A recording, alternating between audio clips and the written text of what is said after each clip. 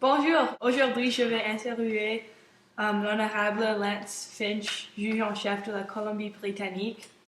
Bonjour Lance, comment ça va? Bonjour Kendra, je vais très bien, merci. Et vous? Moi aussi, ça va bien. Alors, où est-ce que tu travailles? Je travaille dans la Cour d'appel de la Colombie-Britannique qui siège à 800 Smythe Street à Vancouver et nous présidons aussi autour de la province de temps en temps. Et pour ceux qui ne savent pas, qu'est-ce que c'est le principal de votre travail? Le travail de la Cour principalement est d'entendre les appels qui peuvent être les appels criminels, des causes civiles, des causes familiales, des fois des causes constitutionnelles. Ah. Et nous entendons les appels et alors nous devons les décider. Est-ce qu'il y a des autres parties de votre travail parce que tu es le juge en chef? Est-ce qu'il y a des autres choses? Oui, en plus d'entendre et décider les causes, je dois aussi faire quelques fonctions administratives, c'est-à-dire pour le bon fonctionnement de la Cour, des choses de scheduling et ce que nous appelons the rota, c'est-à-dire quel juge qui va siéger avec des autres juges. Okay. Parce que dans la cour d'appel, nous sommes 3 juges pour une cause et des fois 5 juges. Wow. Et quoi avec 5 juges? Est-ce que ce sont des cas généralement plus importants ou pourquoi est-ce que vous cherchez? Oui, nous siégeons avec 5 juges. Si une des parties veut renverser ou infirmer un jugement précédent, et pour infirmer un jugement comme ça, on doit avoir plus de juges pour entendre la cause pour cet but. Et aussi, des fois, s'il était une cause très importante, généralement avec un aspect constitutionnel. Ok, cool. Après le post-secondaire, qu'est-ce que tu as fait pour l'école? Pour obtenir l'entrée dans l'école de droit, j'ai suivi un cours en arts libéraux et j'ai fait 3 ans en arts, 2 ans à la Collège de Victoria et une année à UBC. Et je n'ai pas complété mon baccalauréat en arts. Et alors, je vais entrer dans la première an des études en droit.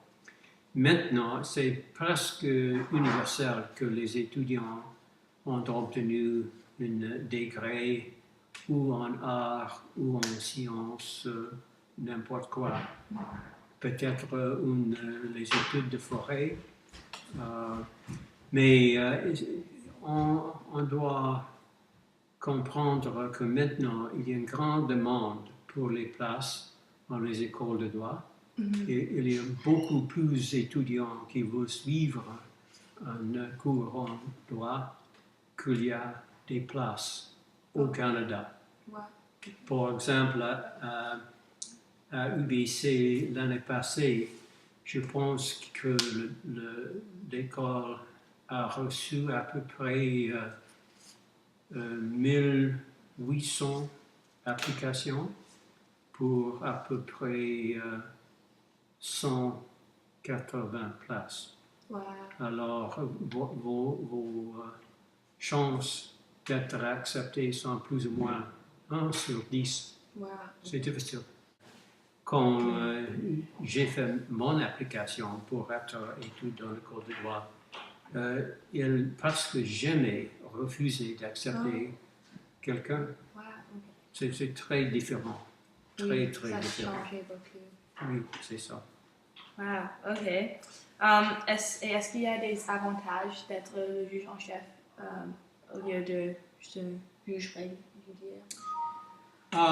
Les avantages, si vous aimez les choses administratives, c'est intéressant. Chaque juge en chef d'un cours supérieur au Canada forme un conseil qui s'appelle Conseil judiciaire canadien. C'est tous les juges en chef au Canada, c'est-à-dire 39. Wow. Incluant les juges en chef et les juges en chef associés pour les 10 provinces et les 3 territoires. Et le juge en chef de la Cour suprême du Canada et la Cour fédérale. Wow. Et le mandat de le conseil est donné par l'acte sur les juges. Et le mandat est de faire attention à la conduite des juges. Si les juges se misconduisent, le conseil a une fonction de régler leur conduite. Okay. Et aussi, la deuxième partie est l'éducation des juges. Et il y a beaucoup de cours chaque année, partout le pays, à la fin que les juges peuvent continuer leur éducation parce que le droit change tout le temps. Et il y a des endroits de loi que quelqu'un des juges n'a pas jamais confronté. Alors, et c'est tous les cours pour les juges éducatifs sont volontaires. Ce n'est pas nécessaire pour les juges de suivre les cours, mais c'est s'ils veulent improver leur éducation et d'être au courant, c'est le but de ce programme. Et le conseil a des autres fonctions aussi, mais les deux sont les deux fonctions principales. Ah, ok. Et est-ce qu'il y a comme des inconvénients sur votre travail? C'est différent. Je n'ai jamais pensé que mon travail a des inconvénients. Je n'ai jamais pensé que mon travail a des inconvénients. C'est exigeant de temps en temps. Quelques des causes sont très difficiles. Souvent, les 3 juges qui ont entendu une appel ne sont pas d'accord à la disposition. Et c'est nécessaire des fois de rédiger votre propre motif. Alors, vous devez comprendre que c'est possible des fois pour nos décisions d'être appelées à la Cour suprême du Canada. Oui. C'est pas souvent. C'est difficile d'appeler un de nos jugements, mais c'est possible. Ok, wow. C'est chouette ça.